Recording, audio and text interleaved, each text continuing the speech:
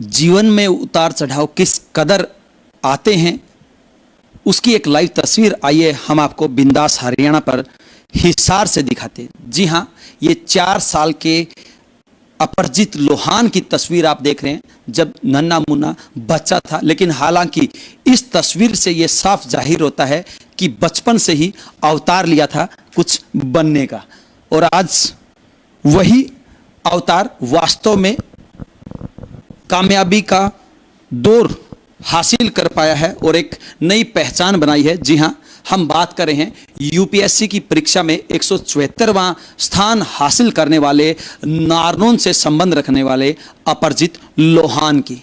ऐसा कहा जाता है कि मंजिलें उन्हीं को मिलती हैं जिनके सपनों में जान होती है, मंजिलें उन्हीं को मिलती हैं जिनके सपनों में जान होती है, पंखों से कुछ नहीं होता, हौसलों से उड़ान होती है। और ऐसा ही हौसला 23 साल के अपरजित लोहान ने भी दिखाया है, जिन्होंने पहली ही अटेम्प्ट में यूपीएससी की परीक्षा पास करके एक नया इतिहास रचने का काम किया है। और यही वजह है कि आज पूरा प्रदेश की बात करें या फिर हरियाणा के हिसार जिले की बात करें या फिर विशेष तौर से नारनौल की बात करें, हर कोई खुशी के मारे फूला नहीं समा रहा है। अपरजीत जी, सबसे पहले तो बिंदास हरियाणा की तरफ से आपको और पूरे परिवार को इस उपलब्धि के लिए ढेर सारी बधाई। Thank you very much. अभी हमने 4 साल के अपरजित लोहान की बात की, 4 साल से और 23 साल तक का सफर कैसे बदला? ये बिल्कुल 4 साल का जब मैं था उस बात के लिए वो तो मेरी माता जी ज़्यादा अच्छे से बता पाएंगी, मेरे को कुछ ज़्यादा याद नहीं है।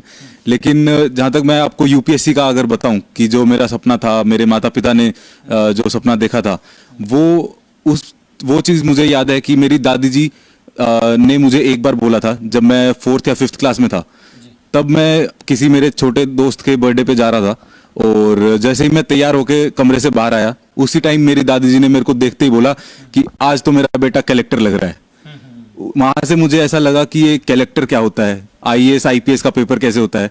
फिर मेरे पिताजी का तो शुरू से सपना था ही कि उनका खुद का सपना था कि कभी वो भी ये। कितने साल के थे तब आप जब ये बात सुनी? मेरे को लगता है कि 4th या 5th क्लास में रहा हूँगा तो ज़्यादा से ज़्यादा 9-10 साल का हूँगा मैं। हाँ जी, तो उस टाइम से ही ये मैंने सपना देखना शुरू कर दिया था। हालांकि तैयारी मैंने की थी जब मैं आईआईटी के बाद 4th ईयर में था, तो उस टाइम पे मैंने फाइनल कर लिया था कि अभी मुझे यही करना है।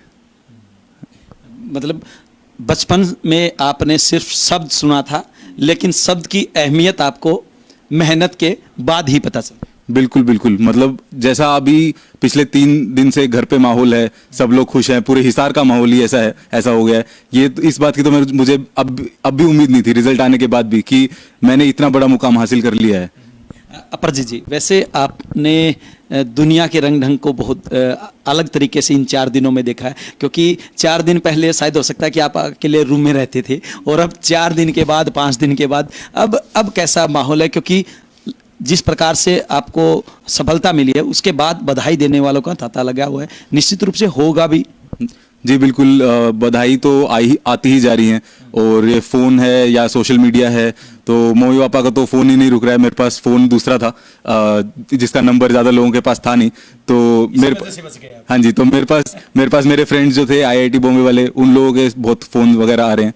और सोशल मीडिया, फेसबुक है, इंस्टाग्राम है, सब जगह पे बस यही बधाइयाँ ही आ रही हैं। आ रही है। बिंदास हरियाणा के सभी दर्शकों को हम बता दें, अभी हम मौजूद है अपरजित लोहान के साथ, जिन्होंने यूपीएससी की परीक्षा में 174वां स्थान हासिल कर इतिहास रचा। हो भी क्यों ना, केवल 23 साल की उम्र में इन्होंने पहले ही अटेम्प्ट में इस परीक्षा को पास किया है। अपरजीत जी, अगर हम आपके पीछे के इतिहास की बात करें या बचपन की बात करें, आप सबसे पहले तो हमारे जो दर्शक हैं उनके साथ ये बात साझा करें, आपने कहाँ से पढ़ाई शुरू की थी और किस प्रकार की पढ़ाई आप करते थे, कितना समय आप पढ़ाई को देते थे?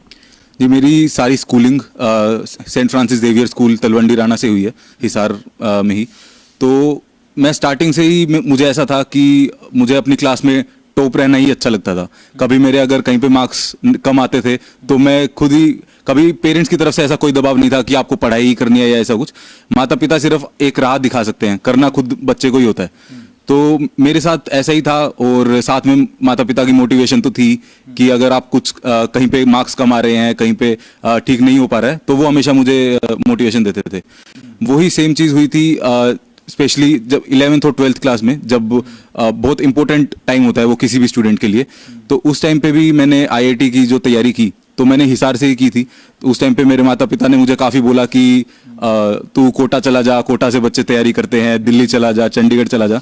लेकिन मैंने मम्मी पापा को यही समझाया कि वो अगर हमारे घर में इतना पॉजिटिव एनवायरनमेंट है और मेरी आप लोगों से बातचीत करे बिना मुझे ऐसा हो जाता है कि पता नहीं मैं कर पाऊंगा या नहीं कर पाऊंगा, तो आप लोगों के साथ टच में रहना मुझे लगता है कि ज़्यादा ज़रूरी है। जगह की इतना अहमियत नहीं है। तो उस टाइम पे भी मेरी 717 रैंक 2014 में ऑल इंडिया आई थी, और आईआईटी बॉम्बे से फिर मैंने केमिकल इंजीनियरिंग की। 4 साल मैं आईआईटी बॉम्बे में था। वहाँ पे भी मुझे काफ़ी अपॉर्चुनिटीज़ मिली। जैसे 3rd ईयर में जब मैं था, तो मुझे आईआईटी बॉम्बे की तरफ से स्कॉलरशिप मिली थी, जिससे मैं 6 महीने यूरोप में था। वहाँ पे जो हमारा प्रोजेक्ट था मैंने वो कंप्लीट किया, जो भी वहाँ पे कोर्सेज थे डेनमार्क में। मैंने 13 देशों की वहाँ पे यात्रा भी की, और उस चीज़ से भी मुझे काफ़ी लगता है कि जो मुझे वहाँ पे एक्सपोजर और जो नॉलेज मिली, वो मुझे यूपीएससी के तैयारी में भी और यूपीएससी के इंटरव्यू में सबसे ज़्यादा वो ही काम आई। अपरजीत जी, अगर हम प्रदेश के युवाओं की बात करें तो बहुत सारे युवा ऐसे होते हैं, चाहे वो 10वीं क्लास के बाद की बात हो, क्योंकि 10वीं क्लास के बाद ही बच्चे का भविष्य निर्धारित होता है कि आप कौन सी स्ट्रीम लेते हैं, उसके बाद आप क्या बनना चाहते हैं। बहुत सारे बच्चे तो ऐसे होते हैं जिनको यूपीएससी का यही नहीं पता होता कि भाई यूपीएससी कब की जाती है, ये परीक्षा कब दी जाती है, कौन कौन से विषय इसके अंदर आते हैं। एक बार सभी दर्शकों के साथ इस बात को साझा जरूर करें, ताकि जो अभिभावक अभी आपको देख रहे हैं, सुन रहे हैं, और साथ में जो बच्चे आपसे मोटिवेशन लेंगे, एक बार उनके लिए ये जानकारी जरूर दें कि आखिरकार कब और कैसे इसकी तैयारी करनी होती है। यूपीएससी का मैं अपने अनुभव से जो बता सकता हूँ वो ये है कि पहली बात तो आपको एक ग्रेजुएट होना जरूरी है, तो आपको बैचलर्स डिग्री करनी पड़ेगी, उसके बाद ही आप यूपीएससी के एग्जाम में बैठ सकते हैं। तो आप बैचलर्स डिग्री किसी भी चीज़ में कर सकते हैं, आप बीए कर सकते हैं, बीएससी, जैसे मैंने, हाँ जी, स्ट्रीम कोई भी हो सकती है। लेकिन वो स्ट्रीम मैंने जिस हिसाब से तय की थी, मैंने ये सोचा था कि मैं जो भारत का सबसे सर्वश्रेष्ठ कॉलेज है, मैं वहाँ पर जाके पहले अनुभव लूँ, सारे अपने वहाँ पे जो इतने बड़े बड़े लोगों से मिलूँ, उनसे बातचीत करूँ, तो ही मैं अपना करियर डिसाइड करूँ। हालांकि काफ़ी बच्चे ऐसा भी कर सकते हैं कि वो बीए या बीएससी, जो कि उन्हें अगर यूपीएससी के अंदर जो सब्जेक्ट हमें लेना होता है, एक ऑप्शनल सब्जेक्ट होता है, अगर उन्होंने तय कर ही लिया है कि उन्हें यूपीएससी करना है, तो वो बीए भी उस सब्जेक्ट में कर सकते हैं, ताकि उनका बेस वो बना रहे। जैसे काफ़ी लोग हिस्ट्री लेते हैं यूपीएससी में, तो वो बीए इन हिस्ट्री कर सकते हैं। सिमिलरली अगर आपको साइंस सब्जेक्ट लेना है, तो आप बीएससी कर सकते हैं, बोटनी में कर लीजिए, जूलॉजी में कर लीजिए, जो भी यूपीएससी का सब्जेक्ट है आप उसमें कर सकते हैं। इसमें बस थोड़ी सी तकलीफ मुझे ये दिखाई देती है कि यूपीएससी थोड़ा कॉम्प्लिकेटेड और काफ़ी टफ एग्जाम माना जाता है। अगर आपका यूपीएससी नहीं होता है 4 या 5 टाइम में, तो आपका हौसला सा टूट जाता है, और अगर आपके पास कुछ बैकअप के लिए नहीं है, तो वो थोड़ा आपके करियर के लिए दिक्कत हो जाती है। मैंने यही सोच के आईआईटी पहले की थी कि अगर यूपीएससी में मेरा नहीं हो पाता है, मेरा कुछ बैड लक की वजह से या इस टाइप से नहीं होगा, तो एटलीस्ट मेरे पास आईआईटी बॉम्बे का नाम है, मैं नौकरी मेरे को इजीली मिल जाएगी, नौकरी कोई दिक्कत नहीं है। जबकि आईआईटी से मैं जब निकला था, उस टाइम पे भी मेरे हाथ में 25 लाख का पैकेज था, लेकिन मैंने यही सोचा कि नौकरी तो बाद में मिलती रहेगी, अभी पहले सपने की तरफ मैं। आपको इतना कॉन्फिडेंस था, कमाल की बात है। 23 साल की उम्र में आपके अंदर इतना कॉन्फिडेंस कि 25 लाख का पैकेज छोड़ के फिर भी आपने 21 साल की, हाँ जी, उस समय तो 21 साल का था। लेकिन मैं बताऊं तो ये ज़्यादा जो कॉन्फिडेंस है, ये सब पेरेंट्स से ही आता है। क्योंकि अगर माता पिता ने मुझे उस टाइम पे सपोर्ट नहीं किया होता, और उस टाइम पे बोला होता कि नहीं नहीं अभी आईआईटी में भी खर्चा लगा है और तेरी फीस भरी है, तो मतलब हमें इतनी तो जानकारी है कि आपके माता पिता ने आपके लिए त्याग बहुत। हाँ जी बिल्कुल। माता पिता का नारनौंद में ही स्कूल होता था, वे वहाँ पे स्कूल चलाते थे। तो जब मैं 8th में था और मेरी बहन 10th में थी, तो उस टाइम पे मम्मी पापा को ऐसा लगा कि हमारे लिए उनके पास समय नहीं बच पा रहा है, क्योंकि हम लोग हिसार ही रहते थे। तो वो लोग सुबह 5:30-6 बजे निकलते थे, और शाम को 4-5-6 भी बज जाते थे कभी कभी। तो इसलिए फिर उन्होंने वो स्कूल भी अपना सेल आउट बेच दिया हमारे लिए ही। तो उस चीज़ का अभी लगता है कि शायद उसी का परिणाम भी हो सकता है। हाँ जी, हाँ जी, बिल्कुल। बिंदास हरियाणा के सभी दर्शकों को हम बता दें कि अपरजीत लोहान जिन्होंने 176वां रैंक यूपीएससी में प्राप्त किया है, इनके माता पिता ने इनके लिए इतना संघर्ष किया है, इतना त्याग किया है कि एक स्कूल जो अच्छे से चल रहा था, लेकिन अपने बच्चों की परवरिश करने के लिए, इनका भविष्य उज्जवल करने के लिए और साथ में इनकी पढ़ाई बाधित न हो इसके लिए स्कूल ही बेच दिया था। उनको कहीं ना कहीं विश्वास था कि हमारे बच्चे कामयाब हो गए और आज वास्तव में मम्मी पापा को भी इसकी बात की बहुत खुशी है कि भाई हाँ, आज वो मुकाम हासिल किया। अगर हम यूपीएससी की बात करें तो क्या पहले में और अब के पैटर्न में कोई बदलाव हुआ है? जी, जो पैटर्न है वो 2013 के बाद से सेम है। 2013 से पहले अलग होता था। कुछ माइनर सिलेबस के थोड़े बहुत चेंजेस हैं, लेकिन वो इतने ज़्यादा नहीं है। वो अभी फिलहाल क्या पैटर्न? अभी पैटर्न ये है कि 3 स्टेजेस होती हैं यूपीएससी में। तो पहली स्टेज होती है प्रीलिम्स, जिसके अंदर आपके 2 पेपर होते हैं। एक में आपको सिर्फ क्वालिफाई करना होता है 33% मार्क्स लेके, दूसरे के अंदर आपको कट ऑफ क्लियर करनी होती है। उसके बाद जब आप वो कट ऑफ क्लियर कर लेते हैं, वो होता है ऑब्जेक्टिव टाइप, एमसीक्यूज होते हैं उसके अंदर, मल्टीपल चॉइस। उसके बाद फिर आपका 3 महीने बाद होता है मेंस का एग्जाम। मेंस के अंदर आपके 9 पेपर होते हैं, जो कि होते हैं सब्जेक्टिव। आपको 8 साढ़े 8 मिनट में 200 से 250 वर्ड्स हर आंसर में लिखने होते हैं, और इसका टोटल होता है 1500 मार्क्स का। 1500 प्लस 250 मार्क्स और जो कि आपके ऐसे के होते हैं, तो 1750 मार्क्स का मेंस पूरा होता है। आपको हर पेपर में बहुत अच्छा करना काफी जरूरी हो जाता है, क्योंकि कंपटीशन बहुत ज्यादा है जी। तो उसके अंदर 4 जो आपके एग्जाम होते हैं वो होते हैं जनरल स्टडीज के, जिसके अंदर आपसे दुनिया के हर विषय में से सवाल आते हैं, history, geography, Indian society, culture, सब कुछ।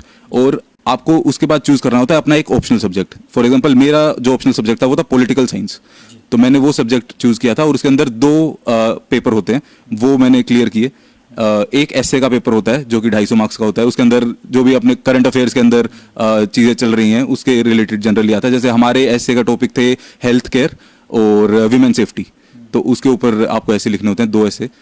फिर उसके बाद आपके 2 पेपर बच जाते हैं, उसके अंदर आपको सिर्फ 33% लेके पास होना होता है। वो होते हैं लैंग्वेज पेपर्स होते हैं, हिंदी और इंग्लिश के।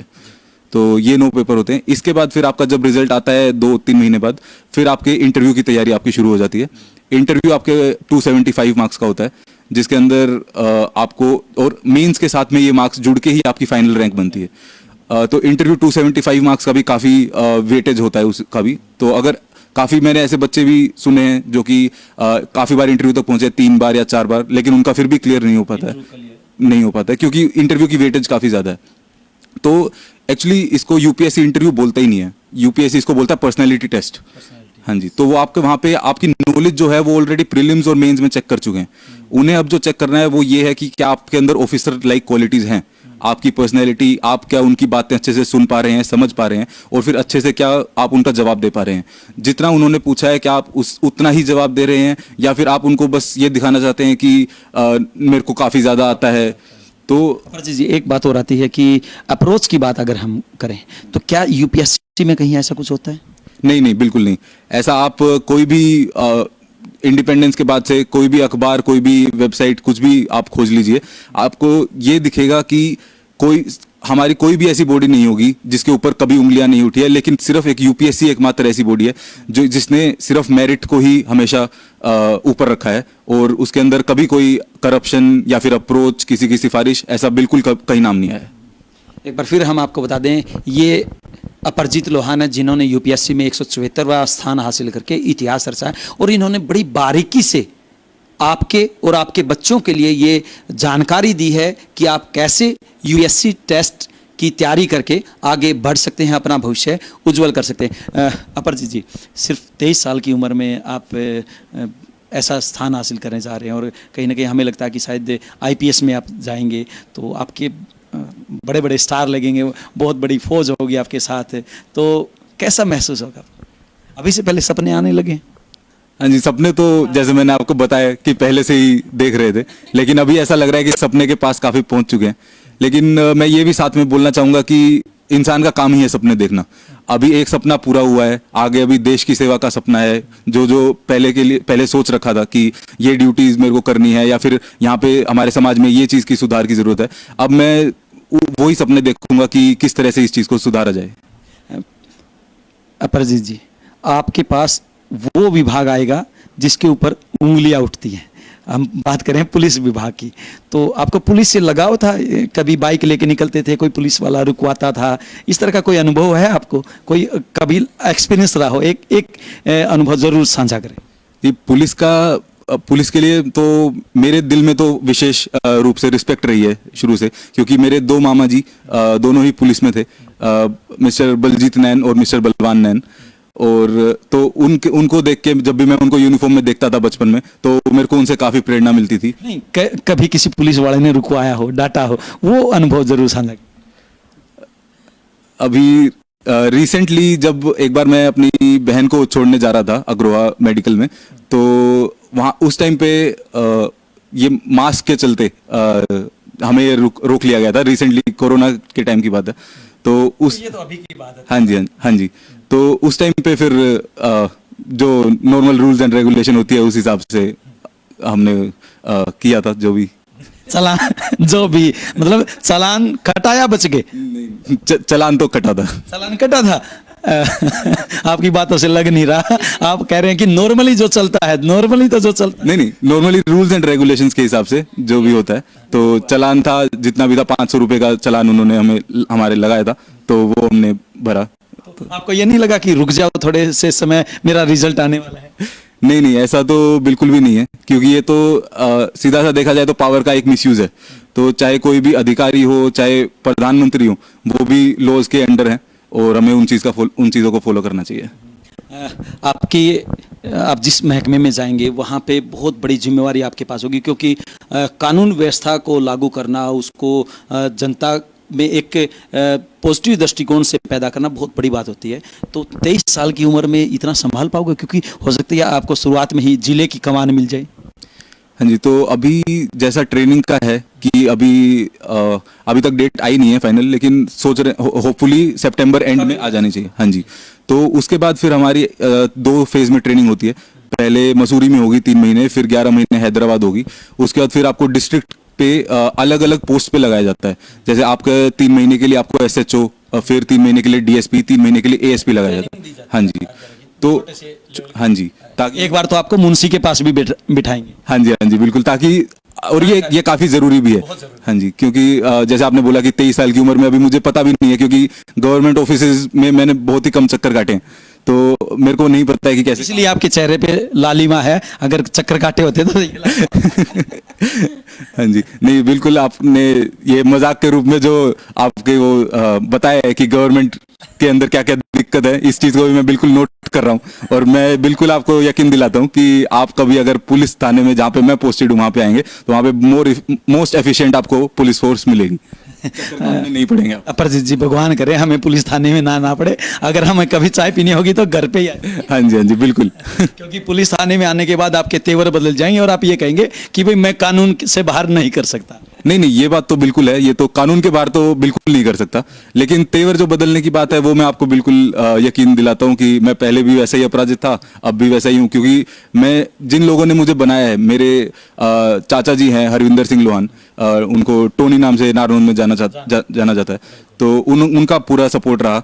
फिर मेरे मामा जी हैं राजपाल सिंह नैन, वो हरियाणा रोडवेज में हैं, चांदीराम नैन है नरवाना में, तो उन लोगों का जो सपोर्ट रहा है। और जो भी मेरे आसपास के पड़ोसी हैं, मतलब पड़ोसियों के हमने देखा जिस दिन रिजल्ट आया, तो वो लोग अपनी अपनी छतों पे नाच रहे थे जब मेरा रिजल्ट आया। तो बिल्कुल ऐसे लोगों को तो मैं बिल्कुल भूल ही नहीं सकता जिन्होंने मुझे बनाया।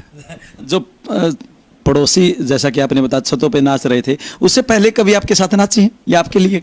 ये जहां तक मुझे याद है कि जब मेरा आईआईटी में हुआ था, तो उस टाइम पे भी थोड़ा ऐसा माहौल था, लेकिन आप ये लगाओ कि इससे एकदम 10% वो माहौल था। और उस टाइम पे भी हम लोग ये सोच रहे थे कि काफी अच्छा लग रहा था, और अब तो बिल्कुल शब्द ही नहीं है बोलने के लिए। अपरजीत जी, अगर हम युवाओं को संदेश देने की बात करें तो क्या संदेश आप देना चाहेंगे? युवाओं के लिए सबसे बड़ा संदेश तो यही रहेगा कि जैसे मैंने देखा है जब हम 11th-12th में कोचिंग लेते थे, और दिल्ली भी मैं 3-4 महीने रहा हूँ इसके लिए प्रिपरेशन के लिए, तो वहाँ पे बाहर मेट्रो स्टेशन के बाहर और सब जगह ये नशा का काफ़ी दिक्कत चल रही है, जो कि और वो भी इस एज में टीनेजर्स होते हैं, 15-16 साल के बच्चे। और ये वो ईयर्स हैं जब आप कुछ बन सकते हो, आप कुछ करके दिखा सकते हो, आपके अंदर जोश एकदम पूरा होता है, आपके पास फैसिलिटी सारी होती है, लेकिन आपको दिशा नहीं मिल पाती। तो सबसे पहले तो मैं युवाओं को यही संदेश दूंगा कि आप किसी से प्रेरित हों, अपने माता पिता के छत्र छाया में रहें, क्योंकि उनसे अच्छा आपका कोई नहीं चाह सकता। आप जो गलत चीज़ें हैं उनसे दूर रहिए। और अगर आप, ये सिर्फ यूपीएससी के लिए नहीं, अगर आपको कुछ भी बनना है ज़िंदगी में, चाहे आप स्पोर्ट्स में अच्छे हैं, डांस में अच्छे हैं, म्यूजिक में अच्छे हैं, उसको अपना पैशन बना लें, एक टारगेट बनाएं, एक लॉन्ग टर्म टारगेट बनाएं और शॉर्ट टर्म अपने गोल्स बनाएं कि आपको पहले ये करना है, 6 महीने बाद आपको ये अचीव करना है, 1 साल बाद ये अचीव करना है। लक्ष्य करना बहुत ज़रूरी है, नहीं तो समय ऐसा है कि निकल जाता है, पता भी नहीं चलता। तो अगर आपका लक्ष्य नहीं है तो आप दिशाहीन हो जाएंगे, फिर आप अपने आप से मायूस हो जाएंगे और उसके बाद ही आप इन चीज़ों में जैसे ड्रग्स हैं और ये टाइप की चीज़ें हैं, इनमें पड़ जाते हैं। तो मैं युवाओं को तो सबसे ज़्यादा यही संदेश देना चाहूँगा कि लक्ष्य बनाएं और उसके लिए निरंतर मेहनत करते रहें। निरंतर मेहनत करते रहे। अंतिम प्रश्न अपरजीत जी, आपने बताया कि आपके मन में बचपन से ही चाव था, तो वो लक्ष्य आपने हासिल कर लिया है और निश्चित रूप से अब आपके ऊपर बहुत ज़्यादा दबाव आएगा और वो दबाव आएगा अब रिश्ते का। तो नेक्स्ट जो स्टेप होगा वो आपकी चाहत कैसी होगी? रिश्ते का तो मेरी माता जी आपको ज़्यादा डिटेल में बताएंगी। मतलब ये चॉइस मम्मी पापा की होगी ये भी? जो भी होगा साथ में ही कर लेंगे। मतलब क्या ही बोलो इस बारे में। बिल्कुल बिल्कुल। ये साथ में हमारे साथ अपरजीत की माता जी हैं और अपरजीत की बहन भी मौजूद हैं। इन्हीं की जुबानी भी जानने की कोशिश करेंगे कि आखिरकार कैसा इनका नेचर रहा है। अगर हम अपरजीत के बचपन की बात करें तो बचपन में ये अपरजीत कैसा था और बड़ा होते होते 23 साल में जो इन्होंने इतिहास रचा है, कहाँ तक का बदलाव आप देखा? देखो, बचपन में ऐसा था, ये स्टार्टिंग से ही बहुत पढ़ने वाला बच्चा था, बिल्कुल स्कूल भी नहीं जाता था। मेरी बेटी स्कूल जाती थी, जब से ये घर में होता था तो जो बेटी स्कूल में करके आती थी ये घर में करता था। एक नोटबुक होती थी, एक पेंसिल होती थी इसके पास, जैसा भी इसको लिखने आता था अपनी बहन का देख देख के लिखता रहता था। तो बचपन से देखिए, ये फोटो में देख सकते हैं और इस फोटो में भी मैं उसको देख रही हूँ कि वो कैसे सैल्यूट कर रहा है, तो मैं भी वैसे ही कर रही हूँ। तो मतलब बचपन से ही देखिए, ये तस्वीरें परिवार के द्वारा साझी की जा रही है। इससे पहले किसी भी मीडिया चैनल पे आपने नहीं देखा होगा किसी यूपीएससी के जो उम्मीदवार होते हैं, जो टेस्ट क्लियर करते हैं, उनके बचपन को याद कभी किसी ने नहीं करवाया होगा। लेकिन यहाँ पे आप देख सकते हो वास्तव में जो लक्ष्य बचपन में ठाना था वही लक्ष्य पूरा होता हुआ यहाँ पे नजर आ रहा है। अगर हम पढ़ाई की बात करें या खेलकूद की बात करें तो कैसे समय निर्धारित कर पाते थे आप? क्योंकि बच्चा तो बच्चा होता है लेकिन ज़्यादा जिम्मेवारी माँ बाप के ऊपर होती है। बिल्कुल, ज़्यादा जिम्मेवारी माँ बाप की होती है, पर स्टार्टिंग से ही हमारे बच्चे जब एलकेजी में थे कोई भी ऐसा एक्टिविटी नहीं थी स्कूल में जो इन्होंने पार्टिसिपेट नहीं लिया हो, और उसमें अव्वल ही आते थे हमेशा। तो चाहे इनका कोई स्पोर्ट्स है, कल्चरल एक्टिविटी है, तो इन्होंने हमेशा उसमें भी पार्ट लिया। और दोनों बच्चों का ये रिकॉर्ड रहा है अपने अपने स्कूल का कि इन्होंने एलकेजी से लेके +2 तक हमेशा ये इन्होंने टॉप किया है। सेकंड नंबर पे तो ये कभी आए नहीं। तो आपने कभी संघर्ष भी किया है, बलिदान भी किया है? अभी अपरजीत भी बता रहे थे कि आपका स्कूल होता था, स्कूल को आपने इनके भविष्य को ध्यान में रखते हुए सेल तक कर दिया। तो ऐसा तो स्ट्रगल देखो सारे माँ बाप करते हैं, सबको यही होता है कि अपने बच्चों को ज़्यादा से ज़्यादा सुविधाएं दें, ज़्यादा से ज़्यादा टाइम दें। तो वही हमारा था कि हमारे बच्चे बहुत अच्छे से पढ़ें, हम उनको बहुत अच्छे से टाइम दें, सुविधाएं दें। पर ये मेन बात तो बच्चों की मेहनत की है। माँ बाप का तो सबका सपना होता है कि हमारे बच्चे बहुत आगे जाएं, बहुत अच्छे बने, बहुत ऊपर तक जाएं।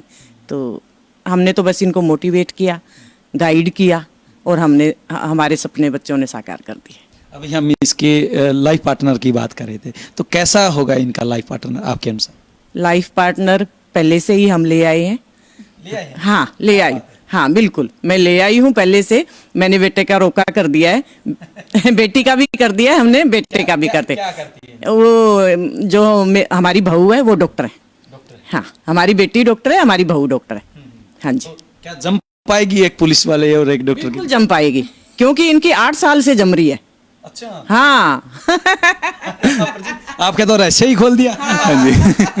हमारे बेटे की पसंद, हमारी पसंद और हमारी पसंद हमारे बेटे की एक दूसरे पसंद। को मोटिवेट करके, एक दूसरे को मोटिवेट करके, तो ये भी जो टीनेजर्स हैं या नए बच्चे हैं अभी, वो सीख सकते हैं कि इस तरीके से सिर्फ दिमाग को डेविएट नहीं करना है, अपना लाइफ पार्टनर भी सोच समझ के चूज करना बहुत इंपॉर्टेंट है, और एक दूसरे को मोटिवेट करें, लाइफ में कुछ बने, तभी आपकी ये चीज को भी सराहा जाएगा। वरना लोग आजकल ऐसे दिमाग खराब करके इधर उधर लग जाते हैं, तो उसका कोई फायदा नहीं है।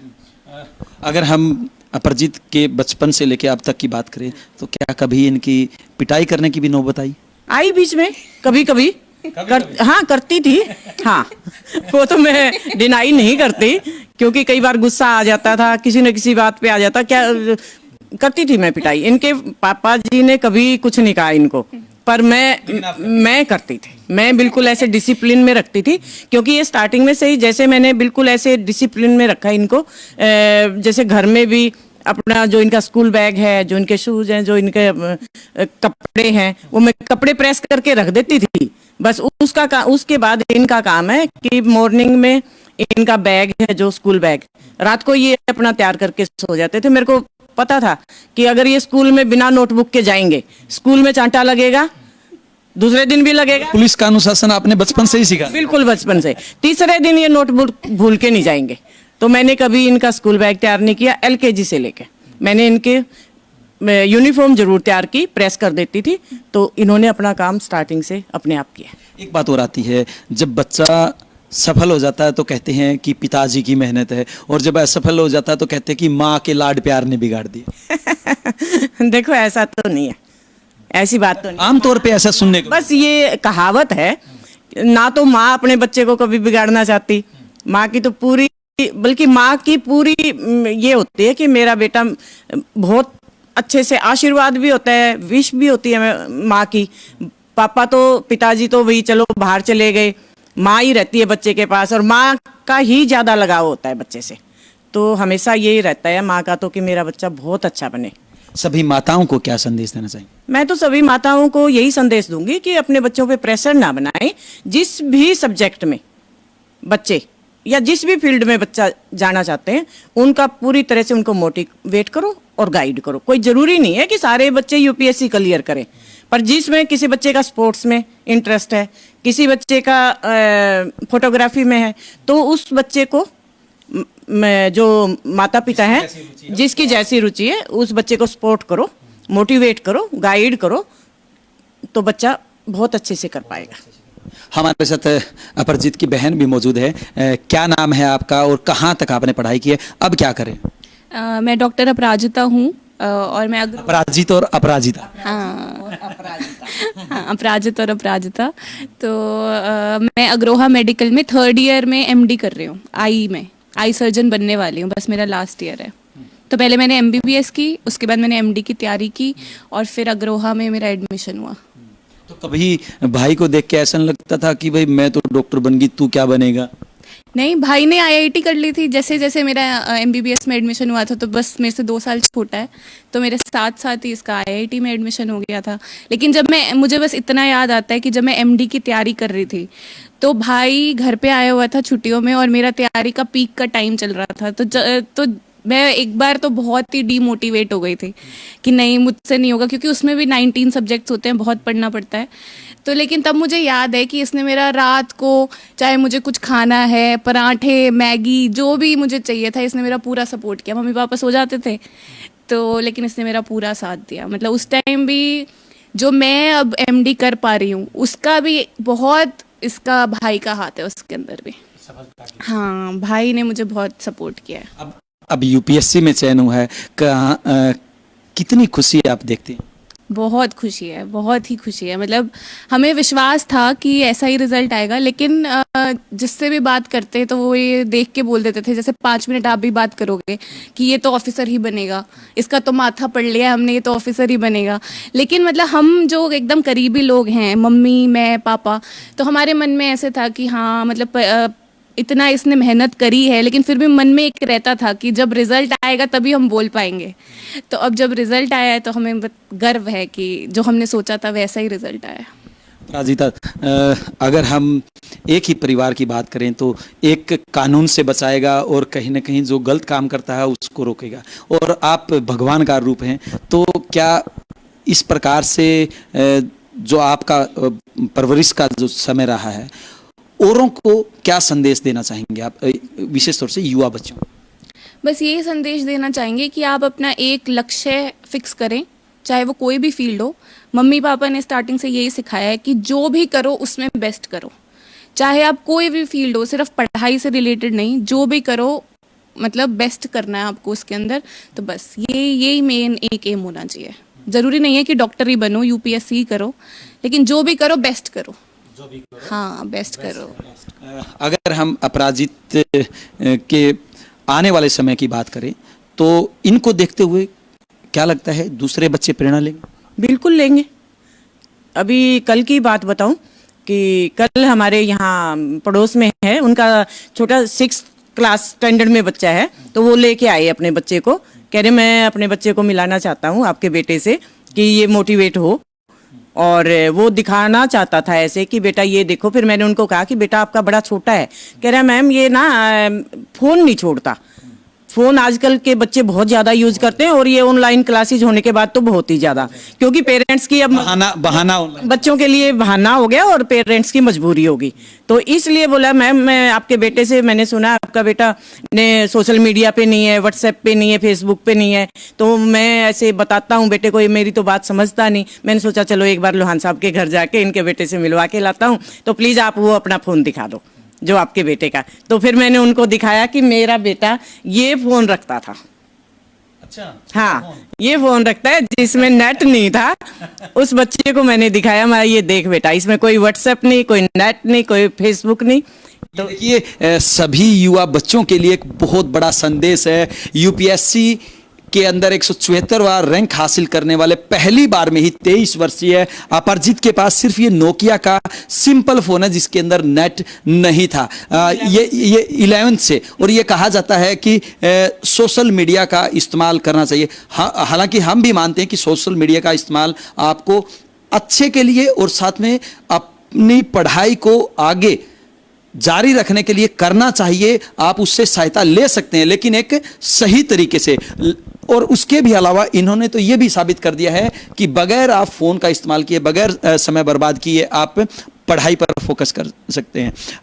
जी कई बार ऐसा होता है कि फोन के माध्यम से जानकारी हासिल करनी होती है, तो आपको कभी नहीं लगा कि मुझे नेट वाला फोन, व्हाट्सएप, और अभी आपने बताया कि पिछले 8-9 साल से कुछ था, तो फिर वहां पे कैसे चैटिंग होती थी?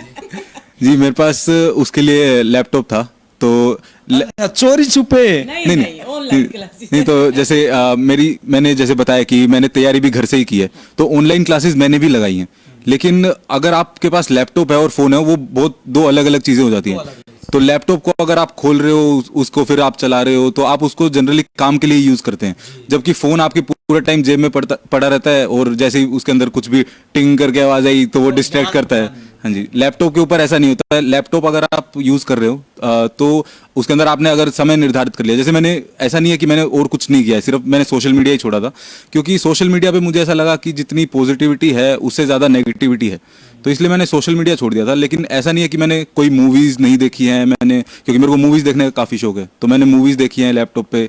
और जो आप बोल रहे हैं 7-8 साल से, तो वो भी मैंने लैपटॉप, वो कैसे किया, वो कैसे मैनेज किया?